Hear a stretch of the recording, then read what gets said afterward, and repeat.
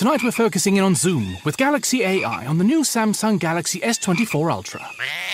Ah, a baby tiger. Check out his claws as he prepares to pounce on that frog. Close one, but not as close as this Zoom. We can literally count the whiskers and... Oh look, Mum's here. Good thing I'm nowhere nearby. Go wild with Galaxy AI on the new S24 Ultra and zoom in on the epic day or night. Get yours now at Samsung.com. Hello there. It is Eric Erickson here across the nation. The phone number 877-973-7425 if you want to be on the program. So Carl emailed me, and I just fired off an email, and I probably sound snippier than I mean to Carl. So I get this email from Carl. I probably read the same article you did about this. The fact that DirecTV offers over 20 left-leaning channels for their customers, of which I am one, I am too, and 3 or 4 conservative channels certainly indicates that they have a bias. No way all those lefties aren't getting a similar deal to the one Newsmax was asking for. Why don't you do some research into it? I have done the research into it, Carl. So not to beat a dead horse on this, but Newsmax is off of DirecTV, and Newsmax spin on this. I'm frustrated with the spin because I like Newsmax. I've been on the program. I'm friends with them, and I find this deeply disingenuous. They're claiming it's censorship. Yes, DirecTV has a number of left-leaning networks, including MSNBC, which has a large number of people who watch MSNBC. Newsmax did not have as many, but more importantly, a lot of those left-leaning channels like MSNBC come as a package. You get NBC, you get CNBC, you get MSNBC, and they're all kind of a rated package. And if you want CNBC, you have to carry MSNBC. What Newsmax did not have that these others did was something called leverage. So, for example, CNN and Warner Brothers Discovery, you get Discovery Channel, History Channel, Travel Channel, CNN, HLN, all those things, and it's a package, and DirecTV pays for the package, and you get one, you get them all. They pay a fee, and they negotiate the fee, but part of the fee is you got to have these other channels. Again, Newsmax did not have that. What Newsmax was doing, what some of these other left-leaning channels on DirecTV do, is they give the program for free. So Newsmax was going to DirecTV and saying, we'll give this to you for free. And DirecTV said, we will gladly take it for free. Newsmax has grown its business to a certain level and now wanted DirecTV, with the contract to be up, to pay it a per subscriber fee. And DirecTV said no. And Newsmax said yes. And DirecTV said goodbye. And Newsmax said, oh, my God, they're censoring conservatives. They don't want conservatives on. They replaced them with a conservative network. They have Fox. They have The First, which is a great, great channel. Look, I like Newsmax. We were willing to do an ad on this program for Newsmax to direct you to their paid subscription service where you can watch it if you were a fan. But I wasn't willing to claim that it was censorship by DirecTV because I do not believe it, and the data is not actually there to support it. And what the research, Carl, actually shows is that a lot of these left-leaning channels, they're either packaged with channels that DirecTV subscribers really want because they are tied to major corporate media partners like Warner Brothers Discovery, and so DirecTV has to put them on if they want the stuff the customers really want, or they give DirecTV the content for free. And as long as Newsmax was giving DirecTV the content for free, DirecTV was willing to broadcast them. And once Newsmax decided it wanted a subscriber fee, DirecTV said nope and put on The First instead, which did not want a subscriber fee, which is also a conservative channel. That's just the nature of the business. You do not automatically, unless you are over the air, you do not automatically get the right to be on Dish Network, DirecTV, Verizon Fios, Cox Cable, Charter, Comcast, whatever. They pick and choose based on user demand and based on subscriber fees of where they're going to put you on and when they're going to put you on. And if you want to improve your chances of getting put on, then you give them the content for free, and you hope to build up such a giant base of subscribers that with that giant base of subscribers, you then can leverage it to get the channel to pay you for free. As it is, there were not a lot of cable networks running Newsmax. And again, I like the network. I like Chris Ruddy. He's a tremendous businessman. I like a number of the hosts there that I'm friends with. I've been on their programs, but I'm not willing to call this censorship of conservatives because Newsmax wanted money from DirecTV and DirecTV wasn't going to pay it to them, which is the bottom line what happened. Now, I will move on to other things because we got other stuff to talk about. In particular, we need to talk about the Ron DeSantis versus Donald Trump fight. Donald Trump had some meetings. Let me load all these programs, all these sites here so you can get the sense of it because I find it all very fascinating. Donald Trump's big money machine prepares for battle with DeSantis and other rivals. So if you're just tuning in, Nikki Haley has announced she's running for president of the United States. She hasn't announced. She will announce. It's now certain. Sources say she will announce on February 15th. Donald Trump doesn't think that she's going to be a competitive threat to him. He doesn't really appreciate what Nikki Haley is capable of doing, but he doesn't think she's a competitive threat. He thinks DeSantis is the threat. So this is from Alex Eisenstadt at Politico. The operatives running former President Donald Trump's cash flush super PAC met quietly in December to sketch out their lines of attack against Ron DeSantis and other potential GOP rivals. The latest indication that the slow-burning 2024 primary is beginning to intensify.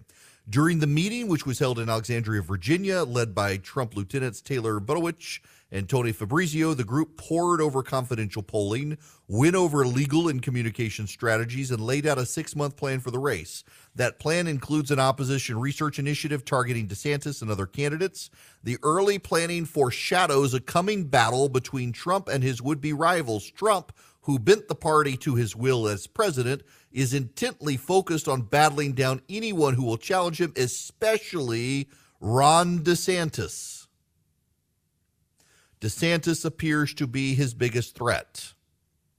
But wait, there's more. This is from Michael Bender and Maggie Haberman of the New York Times. After announcing presidential runs, Mitt Romney, Hillary Clinton, and Jeb Bush all raised more per day in their out-of-the-gate fundraising periods. Donald Trump's knack for generating millions of dollars simply by emailing or texting supporters has helped him maintain a firm grip on the GOP, but in the first weeks of his third presidential campaign, he notched a less than stellar fundraising haul, yet again signaling that his hold over some conservatives may be loosening. He only raised $9.5 million from November 15th.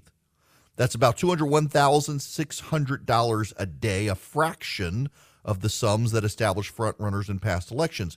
In 2015, Jeb Bush was averaging $762,000 a day, and Hillary Clinton was averaging $594,400 a day. I'm kind of surprised it's that low. Now, he's got $55 million in a PAC that he can use, but that's really not a good number out of the gate.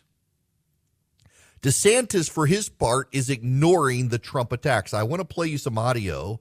This is from Caledon Free is the account, a social media account. And these sound bites, they sound like they're going to become the response that the Ron DeSantis campaign uses against President Trump's attacks. As many schools and school districts are closing across the country, Florida Governor Ron DeSantis has not ruled out closing or opening out schools in May, saying that many kids are not vulnerable to this disease. Do you agree with that assessment? And do you believe that would you recommend that schools open up and to those states that have? Well, I have a lot of confidence in Ron DeSantis, a lot of faith in Ron DeSantis to make the right decision. He's doing a great job as governor. Ron DeSantis, I had read where he's thinking about opening up the schools earlier than the date, the end of the month. I'd have to look at the numbers. But again, I like to allow governors. And wait, there's more. And they went up and they went down. And now you're at your lowest numbers And you're open, and you didn't close, and then you didn't close, and then you didn't close, and then... That's Donald Trump. The audio is very low to hear, but it's Donald Trump speaking, saying, you didn't close in Florida. You didn't close in Florida. Here's him in Pennsylvania. Even open yet. What the hell is going on with your state? You know, Florida's open, all this. Florida had a surge, great governor, surge, went down. Great governor, Florida. Here he is again in Florida. The greatest economy in the history of our country. And then we had to close it up when the China plague came in. We close it up, we close it up, we close it up, we close it up, we close it up, we close it up, we close it up, we close it. That's on repeat. And one more. Was there a change I did in your convey the thinking? message. I didn't like the fact that he's leaving certain things. I want the states to open more than he does, much more than he does. But I didn't like to see spas at this early stage, nor did the doctors. Is that a correct statement, Deborah? I didn't like to see spas opening, frankly. I didn't like to see a lot of things happening, and I wasn't happy with it. And I wasn't happy with Brian Kemp. I wasn't at all happy, but I wasn't happy with Brian Kemp. Spas, beauty parlors, tattoo parlors. That. And by the way, I want them to open. Oh, excuse me. I want them to open, and I want them to open as soon as possible. And I want the state to open. But I wasn't happy with Brian Kemp. I will tell you that right now. Yeah. For opening his state, he wasn't happy with Brian Kemp. These are all the responses the DeSantis team can make against Trump when he begins to pour his opposition research in. It's using Trump's own words against him, including love for Dr. Fauci, bragging about Ron DeSantis, attacking Brian Kemp for reopening the state of Georgia, which in hindsight turned out to be very great. And on top of that, DeSantis is getting some other wins out there. This is the New York Times today. The College Board strips down its AP curriculum for African American studies after criticisms from Governor Ron DeSantis of Florida. After heavy criticism, the College Board released on Wednesday an official curriculum for its new advanced placement course in African American studies, stripped of much of the subject matter that had angered the governor and other conservatives. The College Board purged the names of many black writers and scholars associated with critical race theory, the queer experience, and black feminism. It ushered out some politically fraught topics like Black Lives Matters from the formal curriculum, and it added something new. Black conservatism is now offered as an idea for a research project. DeSantis getting that win against the College Board is going to infuriate a lot of Democrats out there, but it's not just him. Leon County Commissioner Bill Proctor in Florida, one of the loudest critics from the left against Ron DeSantis. This professor, Dr. Proctor, teaches political science at Florida A&M, an HBC. He also serves as a minister at Bethel African American Methodist Episcopal Church. And he, Bill Proctor of Leon County in Tallahassee, agrees with Ron DeSantis. There is grave concern about the tone and tenor of leadership's voice from the highest spaces in our state being hostile to teaching African American history. I am against the College Board curriculum. I think it's trash. It's not African American history, it's ideology. I've taught African American history. I've structured syllabi for African American history. I am African American history, and talking about queer and feminism and all of that for the struggle for freedom and equality and justice has not been no tension with queerness and feminist thought at all, he said. He calls DeSantis a clear warrior against the 14th Amendment's Equal Protection Clause, but believes that the AP college prep course that the College Board was offering was crap. Not just DeSantis. And DeSantis has that win as Trump gears up his attacks. Doesn't look like it's necessarily going to work. And also, I personally, objectively, are we allowed to say well, I am white. I guess I get to. I am objectively surprised that Donald Trump's daily fundraising number is less than what Jeb Bush's daily fundraising number was when he first announced he was running for president in 2015. That's not a good number out of the gate for front runner status. And I realize President Trump has a massive pool of money elsewhere, but so did Jeb Bush. But that doesn't suggest the massive pile of grassroots support that he wanted. Again, this is your clear, troublesome, worrying takeaway, I think, for Donald Trump as he gears this up. After announcing presidential runs, Mitt Romney, Jeb Bush, Hillary Clinton, they all raised more dollars per day out of the gate in the first 3 months after declaring their run than Donald Trump has done. Donald Trump, according to the New York Times, has raised $9.5 million since his formal announcement, which sounds like a lot, but it amounts to $201,000 a day. Jeb Bush averaged $762,000 a day during the same time period. Hillary Clinton averaged $594,000 a day during hers. That's not a good number for President Trump, but that's the number.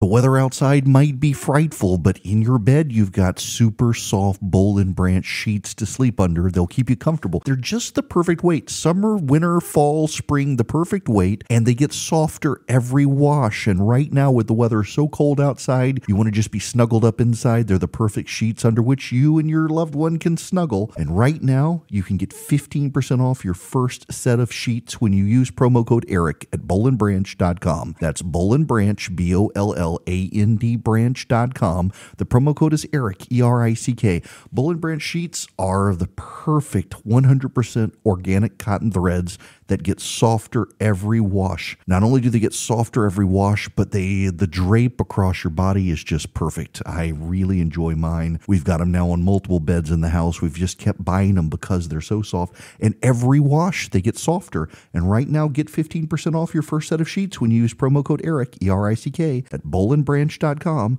That's Boll and Branch, BOLLAND branch.com. The promo code ERIC. Hello there. Welcome back. It is Eric Erickson here across the nation. The phone number is 877-973-7425. Jim, you're going to be the next caller. Welcome. Good afternoon, sir. I have a poem for you which ties in quite well with your discussion on Tom Brady this morning. Sure. I highly recommend it. Let me give you a portion of the last sentence. Well, that is that, said Baba Fats, as he sat down on his stone, facing another 1,000 years of talking to God alone. Now, I assure you, it ties in whether you like it or not. It's by Shel Silverstein. He's a good one. The title is a turnoff, but it's called The Legend of Gimme Some Roy. Okay, yeah, I knew it sounded familiar. Yep, the title, and there's also something I don't know about Tom Brady's career. Kind of reminds me of Ozymandias to a degree. It's kind of sad and bittersweet to see. But the other thing here too that's interesting to me is we look at Aaron Rodgers, Garoppolo. You got Roethlisberger already left. Like Patrick Mahomes of the Kansas City, one of the last really big names of the quarterbacks of the last decade or so that are still there and firing. The Mannings are all gone now. Brady's gone. Roethlisberger gone. Drew Brees is gone. Aaron Rodgers, I don't know that he's going to want to go and be overshadowed by Brady for the Hall of Fame, but maybe so. Maybe he'll go. So you got Mahomes in there, but now you got you got Purdy out in San Francisco. Maybe you got Joe Burrow, who being an LSU guy, I'm a big fan. You got the new guys stepping up to fill the void. It's just all happened at one time instead of really spread out, which is the fascinating thing there. Okay, when we come back, a really important topic to discuss. What's going on with the American military? Have you heard about these stories? Got some real concerns out there. Welcome, America, to the Eric Erickson Show across the nation. Phone lines are open, 877-973-7425. If you want to be on the program, there is a story. Actually, there are several stories that we need to talk about. This may actually be one of the bigger issues of our time. I have previously addressed inefficiencies and the need for reform and oversight of the FBI, the national security apparatus, but we got some problems with our military. we're sending a lot of our equipment to Ukraine. And I want to be clear with you. I don't have a problem with us helping Ukraine. I would rather them deal with Russia than us deal with Russia, because given Russia's ambitions, we're eventually going to have to deal with Russia unless we deal with them right now. This isolationist furor that we should somehow be partners and allies with Russia. You can't really be partners and allies with Vladimir Putin. He doesn't have allies. He doesn't have equals. He is above everyone, and he wants to dominate and restore the Soviet sphere of influence, what he believes is historically the Russian sphere of influence.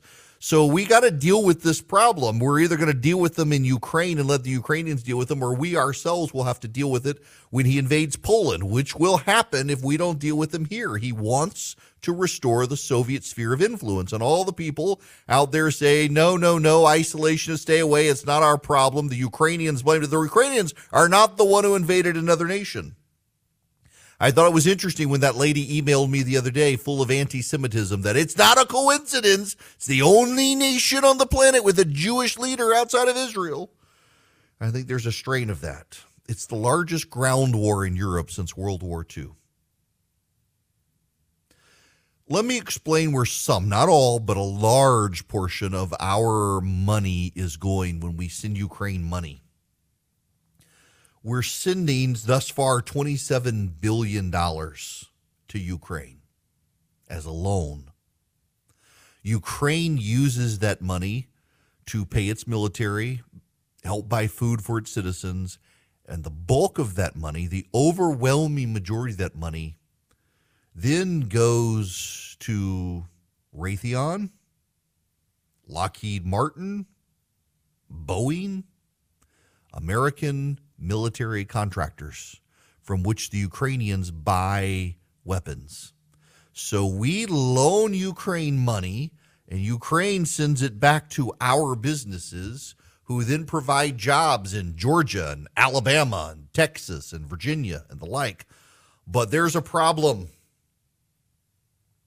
So Lockheed Martin and Raytheon, they make the Stinger anti-aircraft missiles, they make the Javelin anti-tank missiles, they make the HIMARS rocket launchers.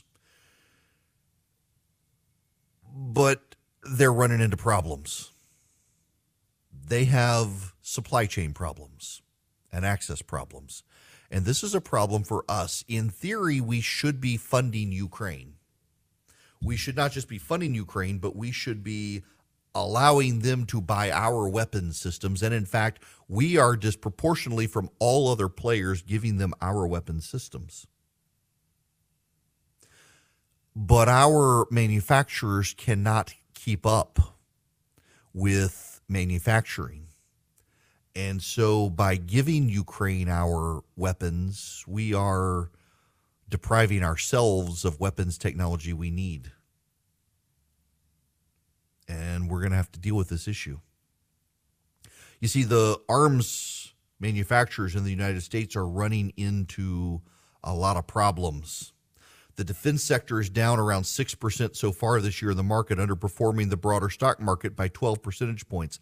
Lockheed shares have fallen 4%. Northrop Grumman, which makes the B-21 bomber, down 20%. Fears over U.S. budget wrangling with a split Congress have weighed on defense stocks. Recent share retreats for U.S. defense contractors contrast with the trend among European arms manufacturers who are surging. A big challenge for U.S. weapons makers is the gap between what the Pentagon has says it plans to send Ukraine and what it's actually spending to buy armaments from defense companies. While the Pentagon has pledged to spend $30 billion in military supplies for Ukraine and refill its own stock, less than $10 billion so far has been awarded.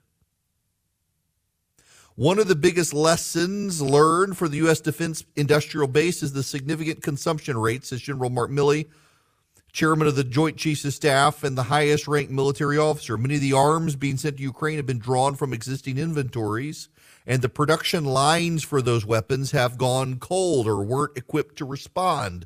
In other words, We had a big stockpile of weapons we could send to Ukraine, but our weapons manufacturer supply chains are having problems keeping up now that the stockpiles are dwindling. They don't have access to the chips. They don't have access to the labor. They don't have access to the manpower. They don't have access to the other supplies necessary to manufacture the arms. And this is a problem that is actually good. We're discovering it now before we get into a real war.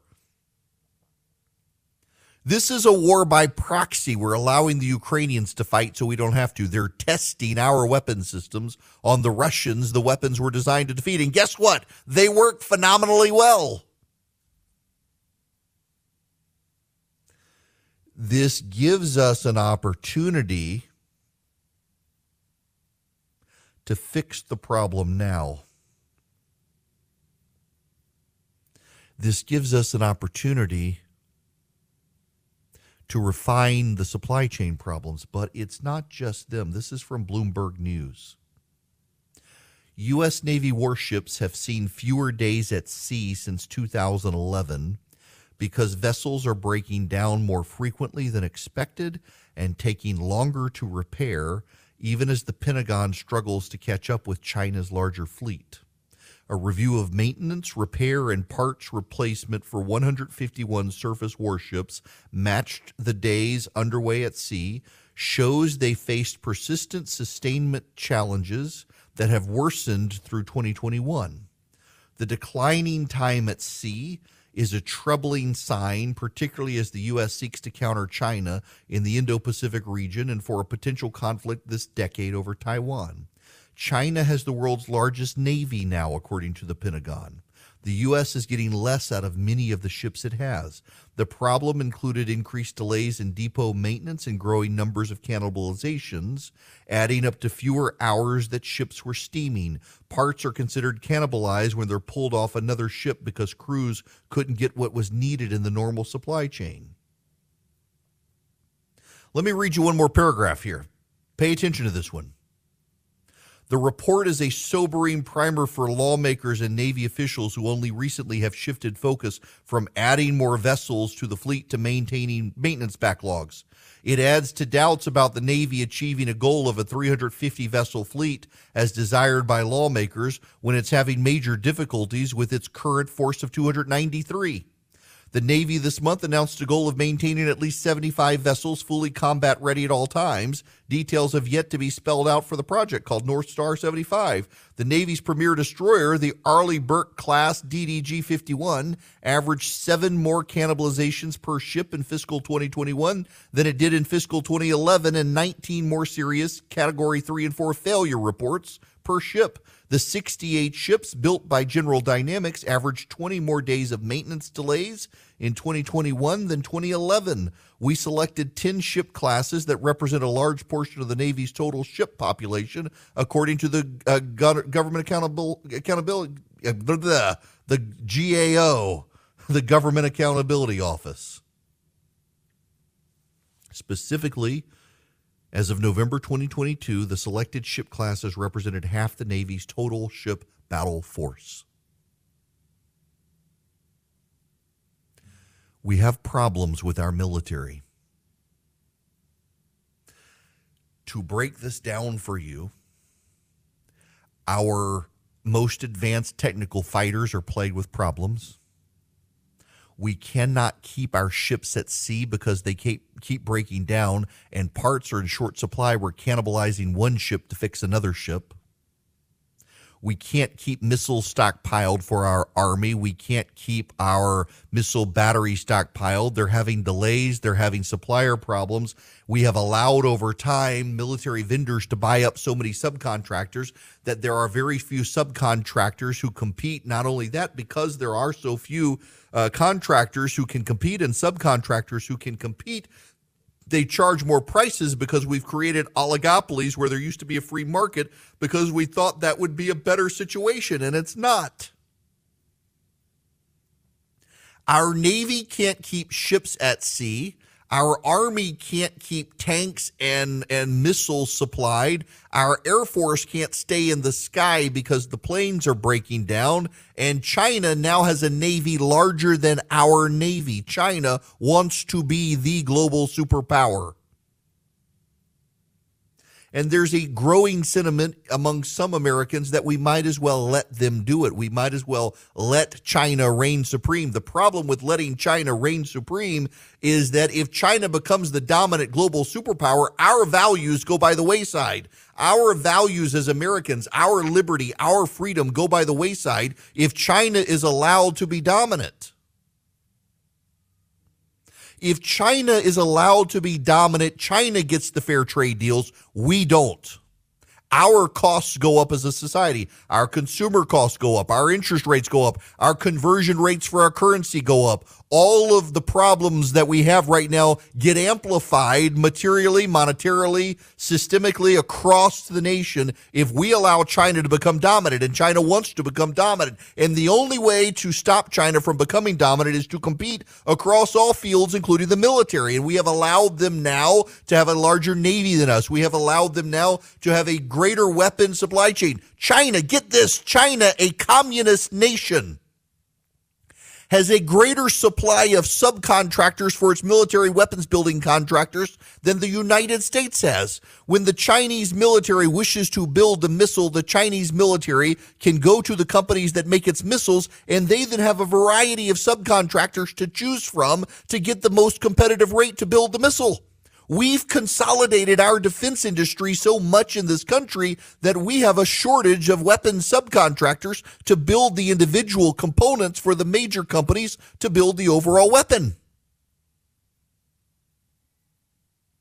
Let me say that again. We as a nation have now consolidated our defense industry so much that we have very few subcontractors to make the individual parts to then give to the contractor to make the overall weapon. China has more. We have supply chain problems, manufacturing problems, chip build problems, labor problems, and then on top of all of those problems, we have the Pentagon bureaucracy slowing things down. The Pentagon bureaucracy makes it more difficult to approve subcontractors. The Pentagon bureaucracy slows the paperwork down to order the parts. The Pentagon paperwork and bureaucracy slow down payment to the contractors. The contractors can't hire the employees the contractors need because the Pentagon is slow to actually give them the money needed to be able to hire the people.